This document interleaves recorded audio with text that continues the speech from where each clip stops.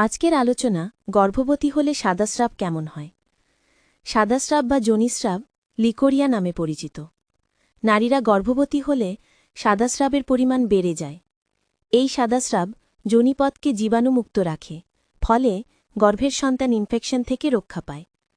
সাদাস্রাবের ধরন স্বাভাবিক গর্ভাবস্থা বা ঝুঁকিপূর্ণ গর্ভাবস্থাকে নির্দেশ করে।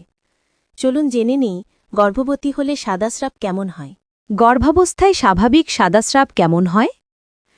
সাদাস্রাবের রং মিল্কি সাদা, পাতলা বা আঠালো জেলির মতো, গন্ধহীন বা হালকা গন্ধযুক্ত। গর্ভবতী অবস্থার শেষের দিকে হালকা রক্তের ছোপের মতো হতে পারে। গর্ভাবস্থায় অস্বাভাবিক সাদাস্রাব কেমন হয়?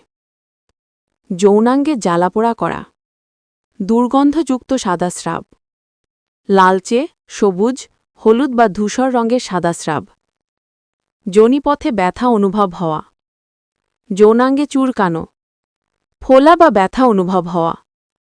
অস্বাভাবিক সাদাস্রাবের লক্ষণ দেখা দিলে অবশ্যই একজন ভালো ডাক্তার দেখাতে হবে।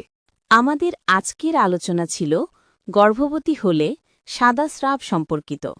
স্বাভাবিকভাবে সব নারীদের ক্ষেত্রেই সাদাস্রাব দেখা যায়, তবে অস্বাভাবিক লক্ষণ প্রকাশ পেলে অবশ্যই একজন ডাক্তার দেখাবেন। অস্বাভাবিক সাদাস্রাব ঝুঁকিপূর্ণ গর্ভ অবস্থার লক্ষণ।